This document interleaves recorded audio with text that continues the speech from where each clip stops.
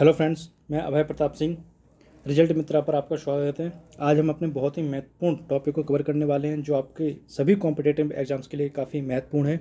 आज का जो हमारा टॉपिक है ये है आपका one sun one world one grid, जिसको हम शॉर्ट में OSOWOG के नाम से जानते हैं। अब ये टॉपिक न्यूज़ में क्यों है, इसके लिए मैं आपको बता दूं, अभी रिसेंटली दिल्ली में इससे संबंधित एक सम्मेलन का आयोजित किया गया, एक समिट का आयोजन किया गया, जिसमें transnational grid interconnection की बात की गई। अब ये क्या है, इसके बारे में हम यहाँ पर आगे चर्चा करने वाले हैं। उससे पहले मैं आपको बता दूं, जो one sun one world one grid जो इनिशिएटिव है ये आपका ये इंटरनेशनल सोलर अलायंस के द्वारा शुरू किया गया है। इंटरनेशनल सोलर अलायंस क्या है?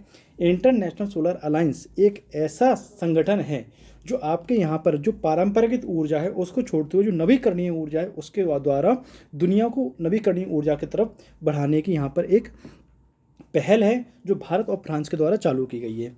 ISA के बारे में हम आगे और भी चर्चा करेंगे, कहाँ पर इसका मुख्यालय है, कितने सदस्य इसमें, इन सब की चर्चा करेंगे हम। उससे पहले हम समझेंगे जो इसका इनिशिएटिव है one sun one world one grid, ये क्या है और क्या इसके उद्देश्य हैं। अब यहाँ पर जो आपको मैंने बताया, इसकी अभी रिसेंटली एक समिट की गई।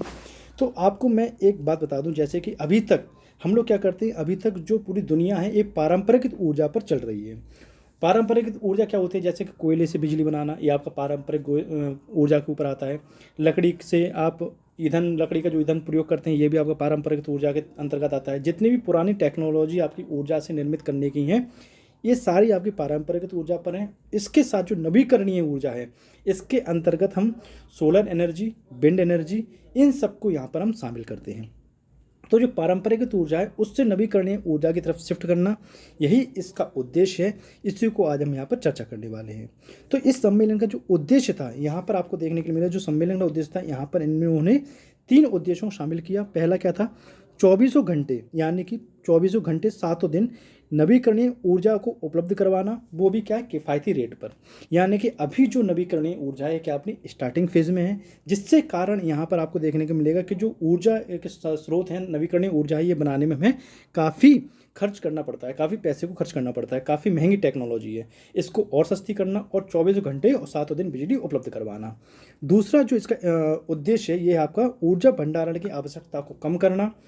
तीसरा यहाँ पर आप देखेंगे नवीकरणीय ऊर्जा को बढ़ावा देना और बेहतर विकल्पों को इसमें शामिल करना। ठीक, जितने हमारे पास नवीकरणीय से ऊर्जा से संबंधित वर्तमान में जो हमारे पास ऊर्जा के स्रोत हैं उनको और भी तलाश करना और उनको जो अभी हमारे पास मौजूदा जो स्रोत हैं उनको और बेहतर करना, जिससे हम इसको और भी अधिक इसका उपयोग कर सकें। अब यहाँ पर ये तो उद्देश्य था इस सम्मेलन का, जो भी सम्मेलन दिल्ली में किया गया। अब हम बात करते हैं OSOWOG का क्या उद्देश्य है। यहाँ पर अगर हम OSOWOG के उद्देश्यों की बात करते हैं तो इसके 3 उद्देश्य मैंने यहाँ पर मुख्यतः लिए हैं। अगर यहाँ पर आप देखेंगे, अलग अलग क्षेत्रीय ग्रिड्स को एक कॉमन ग्रिड से जोड़ना। भारत में जब आप अगर बात करें, भारत की ही अगर हम बात करते हैं तो यहाँ पर आप देखेंगे संपूर्ण भारत को कई अलग अलग ग्रिड्स में यहाँ पर जोड़ा गया है। अब इसमें पूरे देश को एक ही ग्रिड के साथ जोड़ना, यानी कि जो बिजली के अलग अलग क्षेत्र होते हैं आपके अलग अलग, जैसे उत्तर का अलग, उत्तर कोलफील्ड आपका अलग हुआ, दक्षिण कोलफील्ड आपका अलग हुआ, इन सबको एक ही ग्रिड के साथ जोड़ना। इसी तरह एक ही ग्रिड के साथ पूरे विश्व को यहाँ पर जोड़ने की बात की गई है। यही इसका एक मुख्य उद्देश्य है। यहाँ पर आप देखेंगे इसका नवीकरणीय ऊर्जा से उत्पादित विद्युत की आपूर्ति करने के लिए उपयोग किया जाएगा। जो आप पूरे विश्व को एक ही ग्रिड से जोड़ेंगे तो यहाँ पर क्या जाएगा, इसका जो नवीकरणीय ऊर्जा को आप यहाँ पर बनाएंगे उसको पूरे विश्व में आप कैसे फैलाएंगे, उसी एक ग्रिड के द्वारा यहाँ पर आप सबको सप्लाई करेंगे। यहाँ पर इसकी बात की गई है। तीसरा इसको जो इनिशिएटिव है इसमें आप देखेंगे इससे नवीकरणीय ऊर्जा स्रोतों, विशेष तौर पर क्या है, सौर ऊर्जा का क्षमताओं का उपयोग करना। अब आपको पता होगा जो सौर ऊर्जा है ये ऊर्जा के अपार स्रोत हमको प्रदान करती है, जिससे हम जितना चाहें बिजली का उत्पादन कर सकते हैं।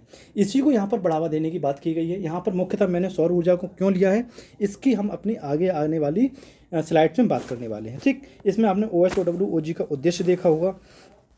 अब यहाँ पर आप देखेंगे जो OSOWOG जो आपकी पहल है, जो इंटरनेशनल सोलर अलायंस के द्वारा यहाँ पर चालू की गई, इसमें 3 चरणों में इसको पूरा किया जाने की यहाँ पर उम्मीद है। पहला चरण जो हुआ इसमें क्या देखेंगे, आप देखेंगे भारत में आप देखेंगे 1 अरब 40 करोड़ की जनसंख्या है, काफ़ी बड़े क्षेत्र में भारत फैला हुआ है।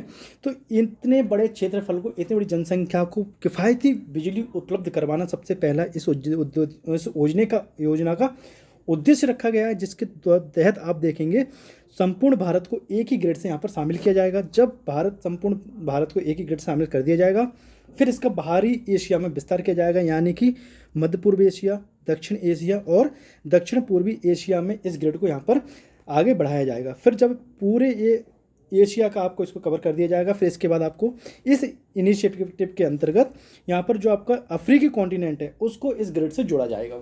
अब यहाँ पर आप देखें एशिया और अफ्रीका को जोड़ने के बाद फिर यहाँ पर जितने भी आपके कॉन्टिनेंट बचते हैं उन सबको यहाँ पर शामिल करने की योजना यहाँ पर लेके आई गई है। काफ़ी अच्छी योजना है आपके नवीकरणीय को बढ़ाने की। जैसा कि मैंने आपको बताया ये किसका इनिशिएटिव है, ये आपका इंटरनेशनल सोलर अलायंस का इनिशिएटिव है, यानी कि ISA। अब यहाँ पर देखिए इंटरनेशनल सोलर अलायंस का इनिशिएटिव है। अब ISA क्या है, इसकी हम चर्चा करने वाले हैं। इसका जो मुख्यालय है कहाँ पर है, हरियाणा के गुरुग्राम में इसका मुख्यालय है।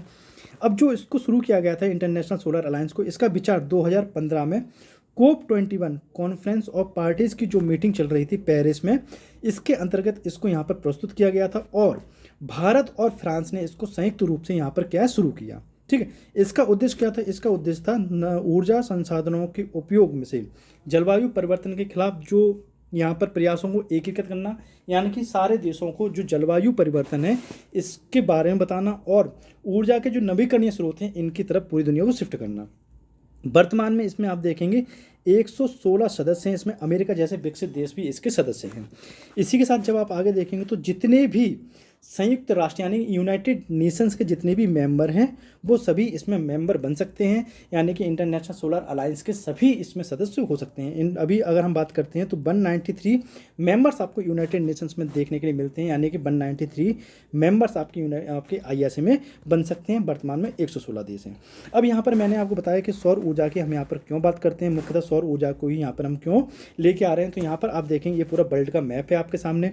तो यहाँ पर आप देखेंगे जो आपका ये वर्ल्ड का मैप है इसमें आप देखेंगे यहाँ पर ज्योग्राफी में आपने पढ़ा होगा, अगर नहीं पढ़ा हो तो मैं आपको बता दूं, जो पूरी अर्थ है आपकी इसमें से मध्य भाग से आपको यहाँ पे एक लाइन निकलती है इक्वेटर, जिसको हम क्या बोलते हैं, ये 0 डिग्री हम इसको मानते हैं। ठीक है, 0 डिग्री ये इक्वेटर है। अब 0 डिग्री से जब आप साउथ पोल के जहाँ पे देखिए ऊपर यहाँ पर क्या आपका नॉर्थ पोल है, नीचे यहाँ पर क्या आपका साउथ पोल है। ठीक है, ये नॉर्दर्न पार्ट है, ये साउदर्न पार्ट है। ठीक, ये जो इक्वेटर है आपकी, ये 0 डिग्री विषुवत रेखा है जो आपकी पूरे पृथ्वी के 2 भागों में बांटती है, उत्तरी गोलार्ध और दक्षिणी गोलार्ध। ये पूरा पार्ट आपका उत्तरी गोलार्ध है, ये पूरा आपका पार्ट दक्षिणी गोलार्ध है। जब आप इसी लाइन से जब ऊपर की तरफ जाते हैं तो यहाँ पर जाके जहाँ अर्थ का सेंटर पॉइंट आपको देखने को मिलेगा, नॉर्थ पोल का सेंटर पॉइंट देखने मिलेगा, वो आपका उत्तरी ध्रुव है, नीचे आपका दक्षिणी ध्रुव है। ठीक है, तो यहाँ पर आपको ये समझना है ये आपकी क्या है, इक्वेटर यानी विषुवत रेखा है। ठीक, इससे जब आप उत्तरी ध्रुव की तरफ जाते हैं यानी कि नॉर्थ पोल की तरफ जाते हैं तो 23.5 डिग्री चलने पर यहाँ पर आपको कर्क रेखा मिलती है, यानी कि ट्रॉपिक ऑफ कैंसर मिलती है। कहाँ पर, 23.5 डिग्री चलने पर। इसी तरह जब आप इक्वेटर से साउथ पोल की तरफ जाते हैं तो 23.5 डिग्री साउथ पोल पर जाने पर आपको यहाँ पर क्या मिलेगा, यहाँ पर आपको ट्रॉपिक ऑफ कैप्रिकॉर्न मिलेगी, यानी कि मकर रेखा मिलेगी। ऊपर है आपकी कर्क रेखा, नीचे आपकी मकर रेखा, यानी कि विषुवत रेखा से अगर आप 23.5 डिग्री नॉर्थ की तरफ जाएं या फिर 23.5 डिग्री साउथ की तरफ जाएं तो नॉर्थ की तरफ जाने पर आपको ट्रॉपिक ऑफ कैंसर और साउथ की तरफ जाने पर आपको ट्रॉपिक ऑफ कैप्रिकॉर्न। अब यहाँ पर आपको ये दोनों लाइनों के बारे में पता चल गया। अब यहाँ पर आप देखिए, यहाँ पर आप देखिए अफ्रीकी कॉन्टिनेंट पूरा पूरा इसमें शामिल है, ब्राज़ील शामिल है, पेरू शामिल है, कई सारे देश आपको यहाँ पर शामिल होते हुए दिखाई देंगे। भारत का प्रायद्वीपीय पठार आपको यहाँ पर शामिल होने के लिए होते हुए दिखाई देगा। तो काफ़ी देश यहाँ पर शामिल है। अब यहाँ पर यह इसकी विशेषता क्या है इतने पार्ट की, यहाँ पर सूरज की रोशनी है हमेशा उपलब्ध रहती है। ठीक, तो यहाँ पर सौर ऊर्जा को यहाँ पर क्या नवीकरणीय ऊर्जा के तौर पर प्रयोग करने की काफ़ी संभावना यहाँ पर व्यक्त की गई। सबसे पहले इसी पार्ट को इसमें शामिल किया गया था इंटरनेशनल सोलर अलायंस के द्वारा कि यही मेंबर यहाँ पे हो सकते हैं, लेकिन बाद में क्या किया, बाद में जितने भी यूनाइटेड नेशंस के इसमें मेंबर थे उन लोगों ने इसमें दिलचस्पी दिखाई। फिर 193 जो यूनाइटेड नेशंस के मेंबर्स उन सभी के लिए इंटरनेशनल सोलर अलायंस के द्वार खोल दिए गए इंडिया और फ्रांस के द्वारा। फिर इसी के तहत 1 सन 1 वर्ल्ड 1 ग्रिड को यहाँ पर लेके आया गया। तो आपको समझ में आया होगा कि 1 सन 1 वर्ल्ड 1 ग्रिड आपका इंटरनेशनल सोलर अलायंस का जो एक इनिशिएटिव है इसके द्वारा लाया गया है, क्या क्या इसके उद्देश्य हैं और जो आपकी विषुवत रेखा से के आसपास के जो क्षेत्र यानी कर्क रेखा से जो मकर रेखा के बीच में क्षेत्र यहाँ पर जहाँ सूर्य की रोशनी हमें हर समय उपलब्ध रहती है। ये क्यों महत्वपूर्ण है इस इनिशिएटिव के लिए। उम्मीद करता हूँ ये लेक्चर आपको पसंद आया हो। इसी तरह के और भी करंट अफेयर्स के लेक्चर्स के लिए हमारे साथ में जुड़े। जो रिजल्ट मित्रा को लाइक करें, शेयर करें, सब्सक्राइब करना ना भूलें। अपने दोस्तों के साथ भी शेयर करें जिससे कि ज़्यादा से ज़्यादा लोग रिजल्ट मित्रा से हमारे साथ जुड़